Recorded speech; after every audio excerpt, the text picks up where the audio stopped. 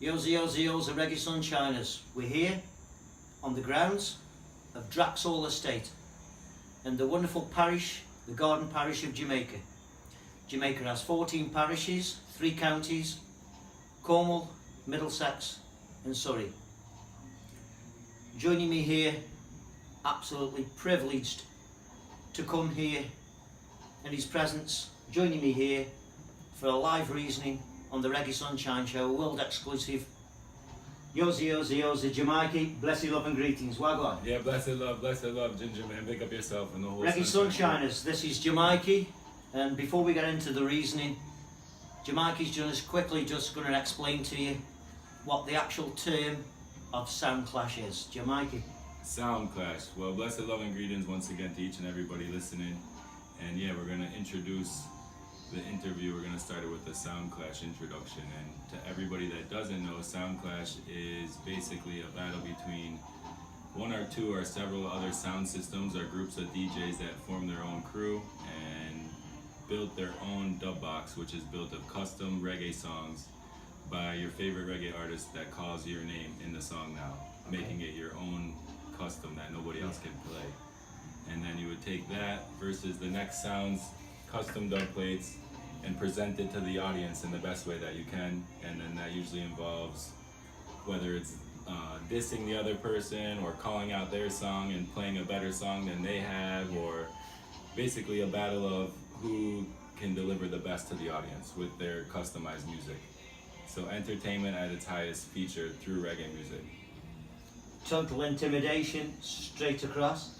Yeah, it can be. You know what I mean? Exactly. Yeah. It depends on the situation, but yeah, it seems like right now it's a musical war.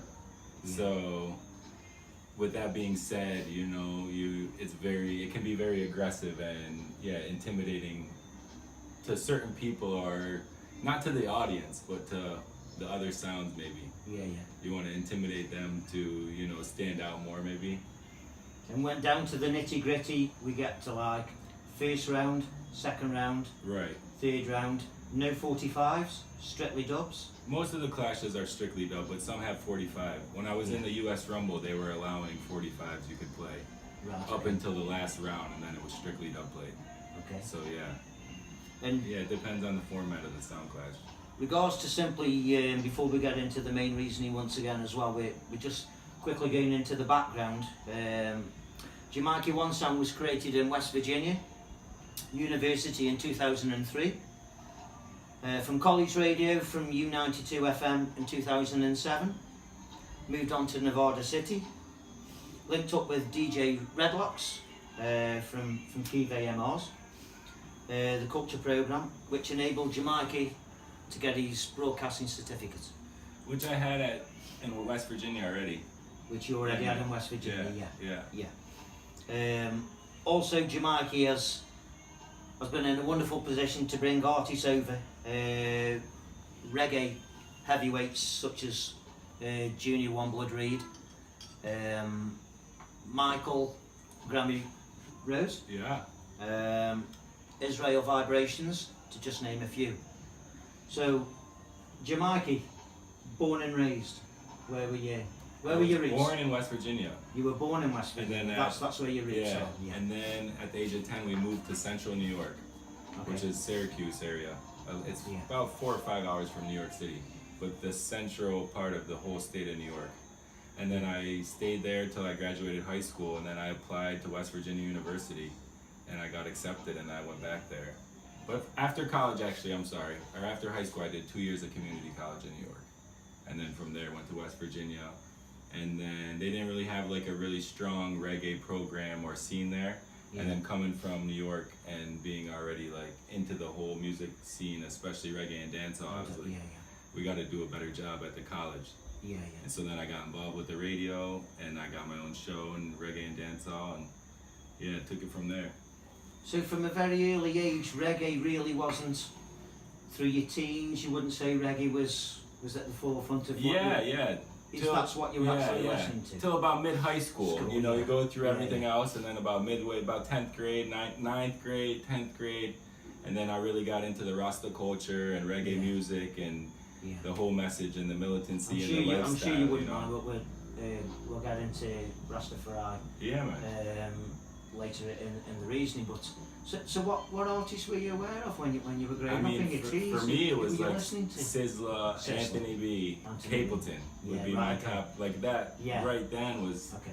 you know, really the catching the fire and Yeah. very motivating and inspiring and encouraging to live a certain lifestyle and carry yourself a certain way. Kind of, you know, like your theme song of a lifestyle that you wanted to live. Yeah. If you could tap into that, you know what I mean? And that's what I got from that. And then, like, as the music grew and brought me even to this area, was because artists like Chezidek, Perfect. And then at that time, Richie Spice just got popular, and Chuck Fender just got popular, and Phantom Moser just got, you know what I mean? At that time, it was just all the cultural artists. I seemed like that came after the Sizzla, Anthony B, and Capleton. But then when that spewed, you know what I mean? It seemed to just, you know, build from there. Yeah. But you know, it's. I mean, you know, reggae music.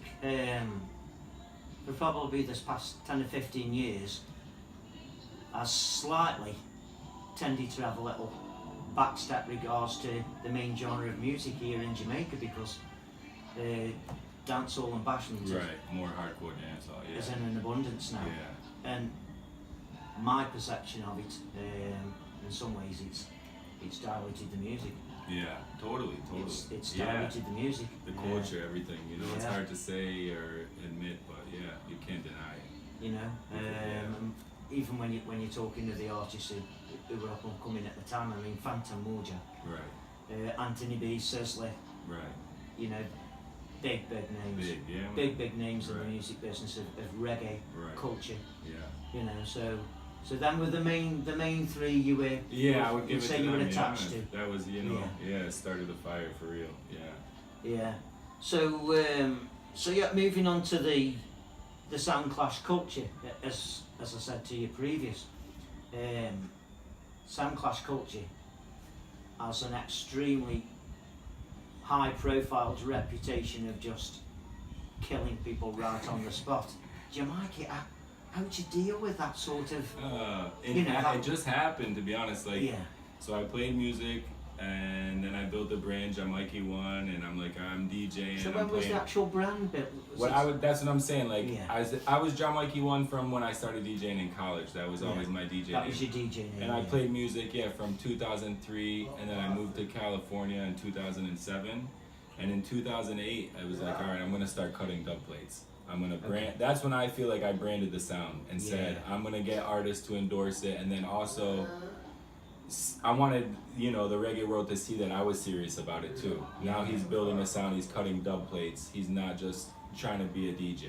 So that's kind of how it happened, and then I realized how expensive that was. So it's like you could only, and it's just me. It A ain't lot of cheap. these sounds. Yeah, cutting dubs ain't cheap, right? And it's a lot of people. It's now I have a sound by myself, which is cool because that's kind of how I am. I didn't have a crew. I always played music by myself and talked by myself.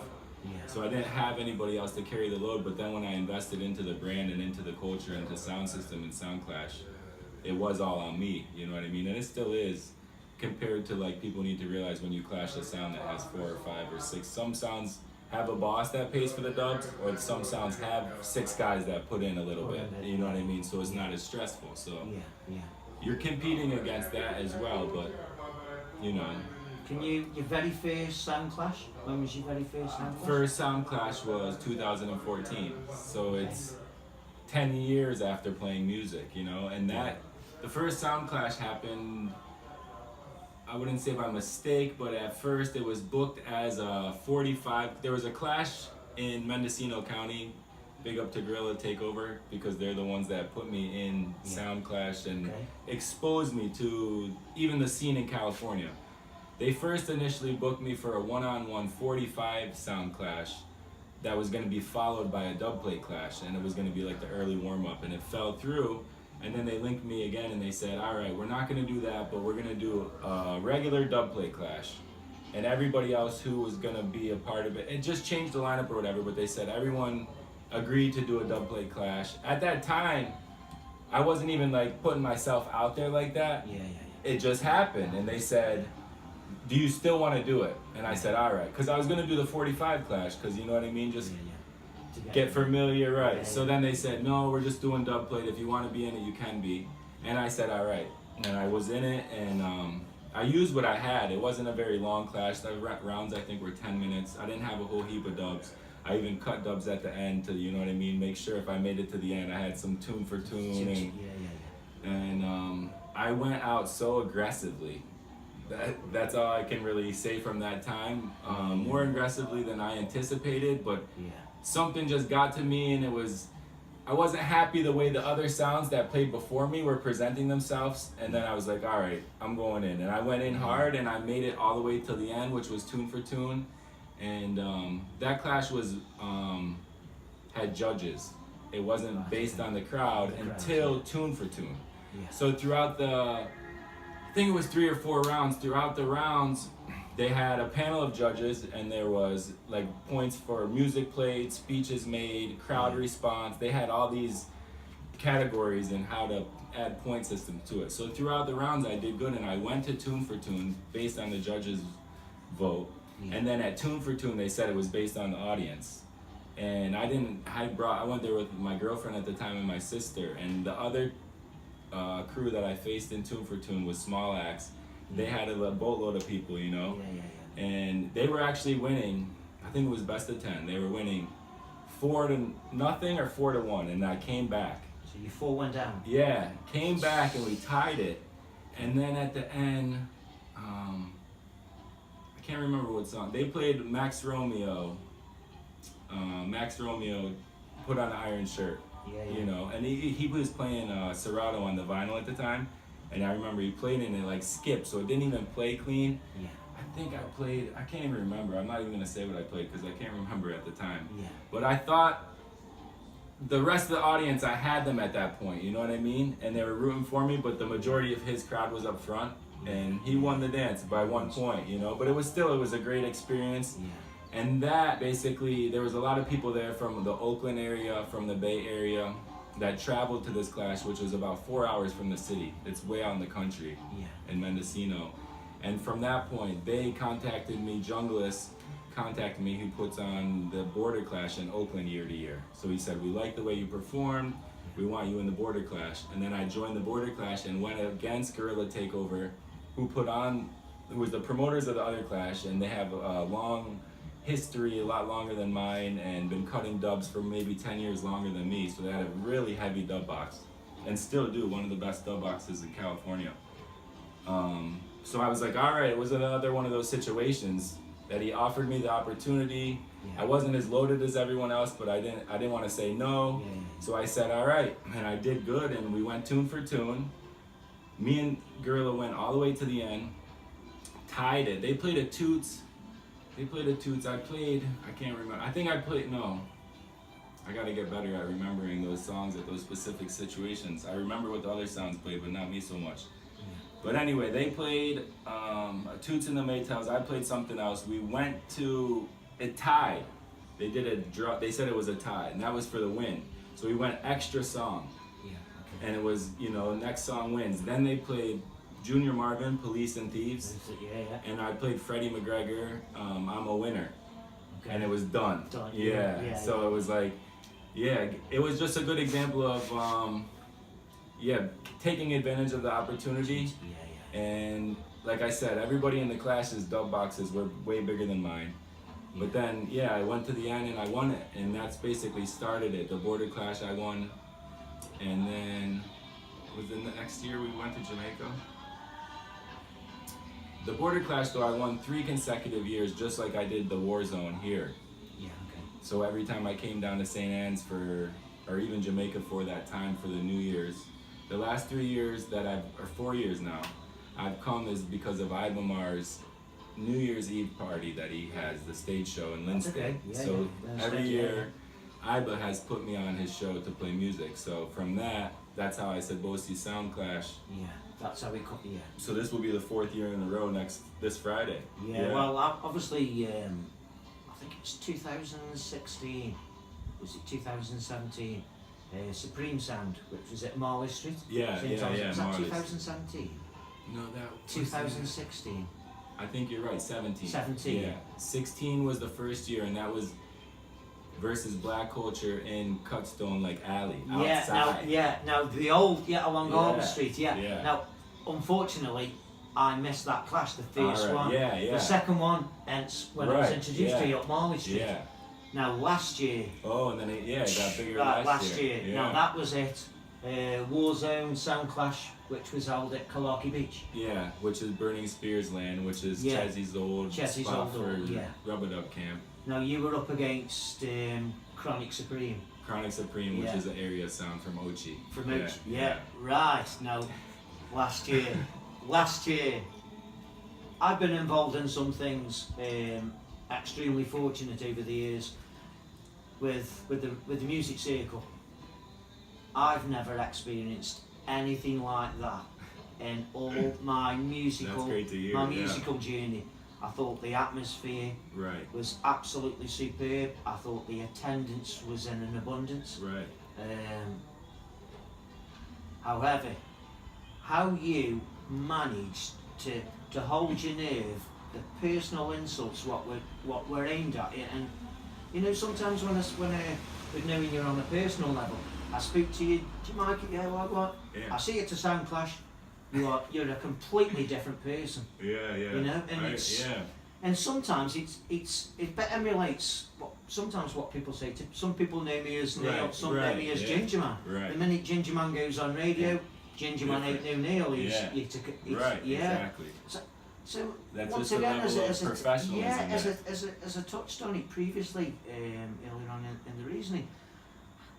How do you deal with such personal insults regards to... I don't know, to me, I mean, I guess to the average person, they'd be like taken back by it, but to me, I kind of think it's corny, because it's kind of, you're almost stating the obvious, and you're trying to make an insult, so it's not that creative, so to me, it doesn't really get under my skin so much. I guess it's not so good that I tell everybody that, but, if that's their strategy, then I'm ready for it, kind of. But they try to draw the race card a little bit. But I feel like that's when they don't have anything else to bring to the table. They run out of songs, or they're not getting what they want, so they get frustrated, and then start cussing me about things you can't do anything about. I did notice a certain instance last year. It'd be this time last year, wouldn't it? You were coming. You were killing him. You were absolutely killing him. And I can remember I was killing myself in the corner when you said, "Look at the boy. He's trying to figure out these next songs. What are coming. He can't come back up. He right. He was completely flat. And I think the scoring. I think you ended up beating him 3-0. Yeah, we didn't. And then at the end they wanted to play tune for tune, and I said no. Yeah. But it was done. It was what it was, and it was. I know we have to look past all that, and like Sound Clash again, it's about entertainment and presenting your music, your custom music, to the audience as best way as you can. And some people think that the best way to do it is by insulting somebody without very much creativity, or like I said, stating the obvious, or just saying, they like to draw that card, hey white boy. But to me, I don't feel like it's that.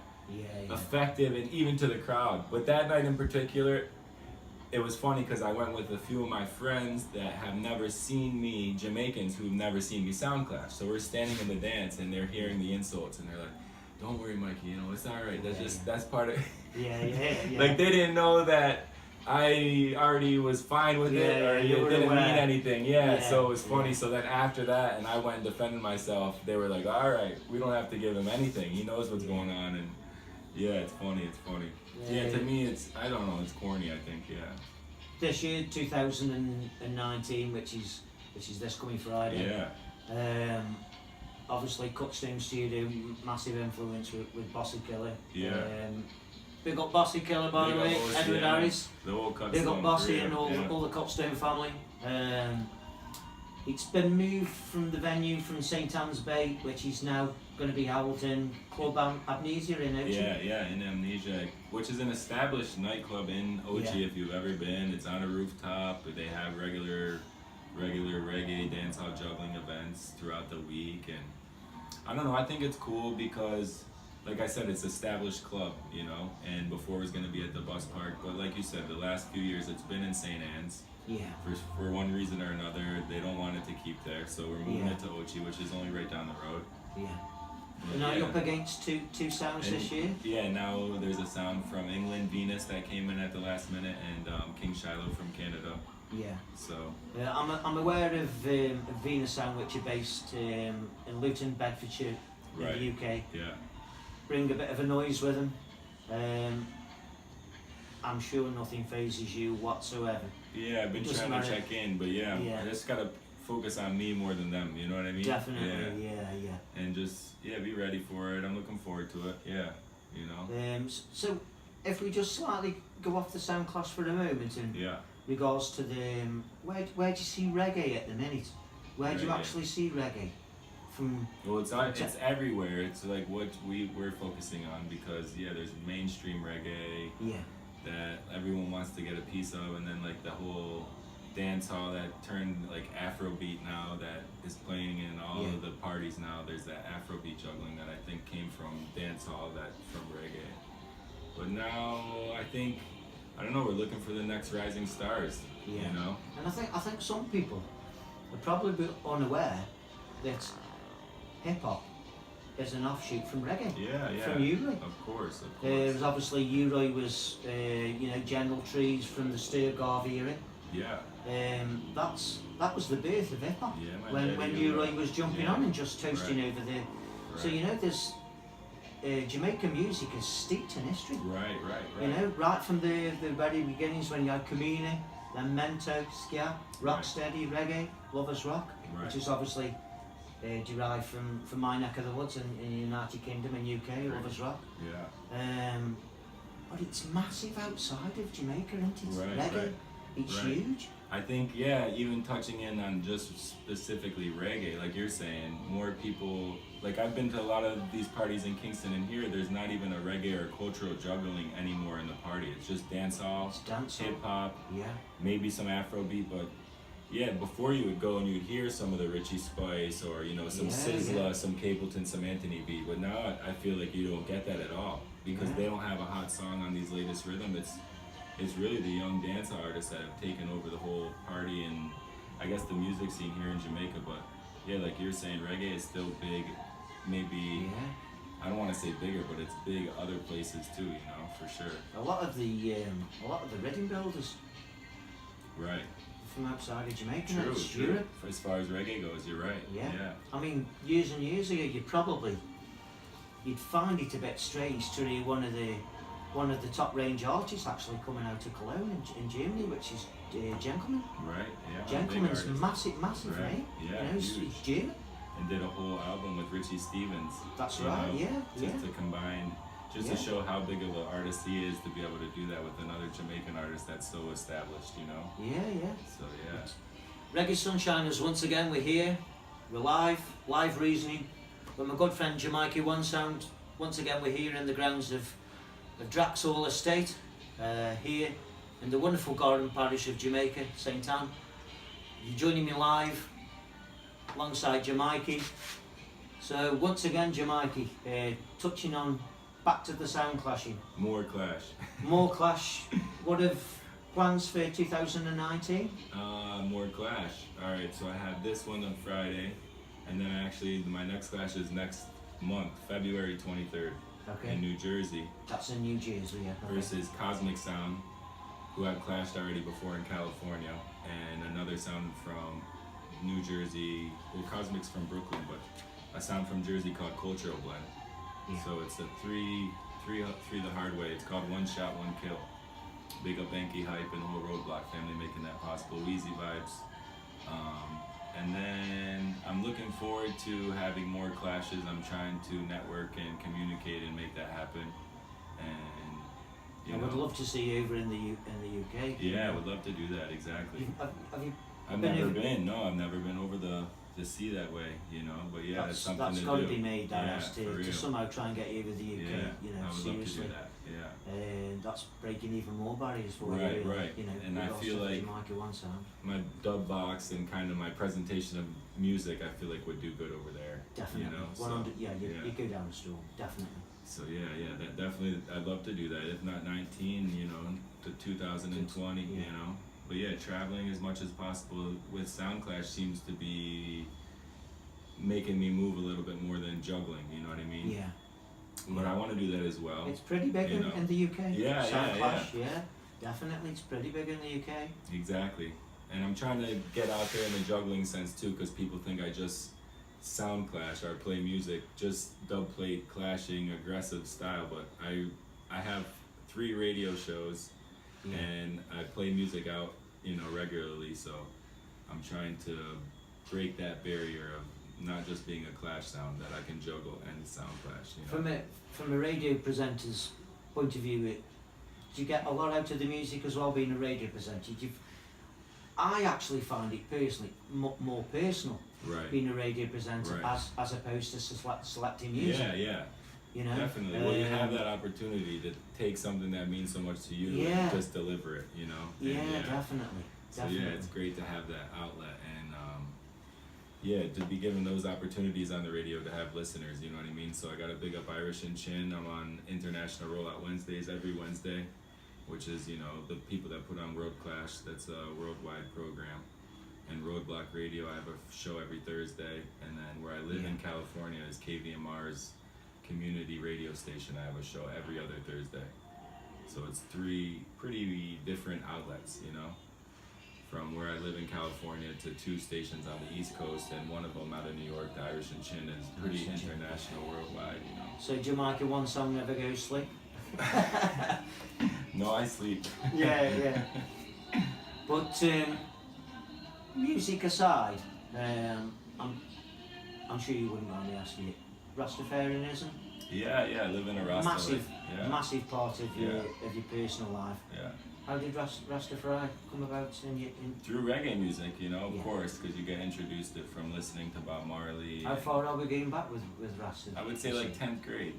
So, yeah, I haven't cut my hair since 2000. So I've grown my locks since then, almost 20 years. So yeah, once I got attracted to that whole culture and the music and the message and, you know, the Do you philosophy sometimes of find Haile it? Do Selassie. you sometimes find it difficult with leading such a conscious lifestyle because of the isms and schisms? I know it I must be think so about it difficult, sometime, but I'm so far in it already too that it's like I still have to represent for you know what I mean, what I'm doing. I know it's a massive. I know and it's a I've massive got part nothing of but it. respect from both aspects of it. You know what I mean? Yeah. From people in the Sound Clash, and even people from Rasta culture be like, you stand like Haile Selassie on the battlefield. You know what I mean? And I take that, like you say, wake the lion. You know when they, you know what I mean? So it's all within me, and it's just basically what is developed to be presented to everybody else. You know, because that has come first before I was even DJing. It was just the inspiration through the music and through His Majesty to live the lifestyle, and then you love the music, you love the culture, then you're like, all right, I'm DJing, I'm gonna start cutting some dubs. Oh, they want to clash me, so, but like I take it serious, so I'm not. It's 24 hours, like you said, I don't sleep. A lot of people I feel like get in America, I can speak for, like they DJ reggae music, but they listen to techno or they like hip hop or you know what I mean. For me, this is it. It's reggae and dancehall and Jamaican culture, you know, and Sound Clash culture is my lifestyle and Rastafari, you know what I mean. So enough respect. So just naturally how it has been presented and developed within me for everyone else to see. Yeah. Regards to your personal achievements in life, which would, if you could pinpoint a certain aspect in your In life, music? where you really thought, do you know something? I mean, like, the last few years, I mean, within the last year even has been great. I was able to be on the stage US Rumble in the Bronx this year. The winner goes to World Clash. The winner was Dynamic, who has gotten so much attention this year. And it just shows you the platform of that staging, you know? So I would have to say the biggest achievement in music with Sound Clashes has to be being a contestant in US Rumble. And I went to the end, he locked off the dance, but I still consider myself amongst everybody else, I feel like, as the runner-up in the clash. Yeah. You know, and it was very difficult, not only as you face all the trials and tribulations of sound clash, but that night in particular, the sound system was awful. Yeah. And he who won the clash, Dynamic, respected Dynamic, he had a different set and he played on CDJs, but his sound sounded good. Everybody else who played on the other controllers, it didn't sound right. So you had to go, you know, not only facing the crowd of the Bronx, 600, 700 New Yorkers just looking at you tough, you know what I mean? Yeah. The sound wasn't as clear as it needed to be, so it was, you know, it was what it was. So he walked off the dance, Dynamic won, but I still got a lot of attention, I feel like, from having that opportunity. And my goal is to be in US Rumble, if not this year, you know, next year, but I'm still, you know, counting to be in there this year. So I'm working towards that, and not by asking for it or telling them I need to be, by putting in the work now. By having this clash, I have a next clash next month in New Jersey, and I'm working on other clashes before May to say, all right, by May I've gotten a few clashes under my belt. I'm making noise on the West Coast and worldwide. How can you not have me in the big clash? So with that being said, with all the works that will continue to be done, you know, hopefully I can present myself with that argument and it will be good. Yeah. So yeah. as we gradually conclude this live reason here once again on Draxall Estate and the wonderful parish of St Anne, on behalf of everybody from Six Towns Radio, Stoke-on-Trent, Mothertown, Burslem, Mikey, thank you so much for your time. Thank you, Ginjahmans. And I will definitely see you on Friday. Yeah, Friday, we'll see, you know. Myself and I think there's King Shotter. King Shiloh, yeah. Yeah, and Venus Sound. I'm sure it's going to be an absolute wonderful event. For sure, it's going to be On great. behalf of everybody from Six Towns Radio, 4,000 miles away in the UK, thank you so much for your time. Yeah, thank Mikey. you, Ginjahmans. Yeah, Bless you, love and man, greetings. every time. Reggae Sunshiners, this is the world exclusive reasoning with Mikey. Ginjahmans signing out. All right. Blessed. Blessed.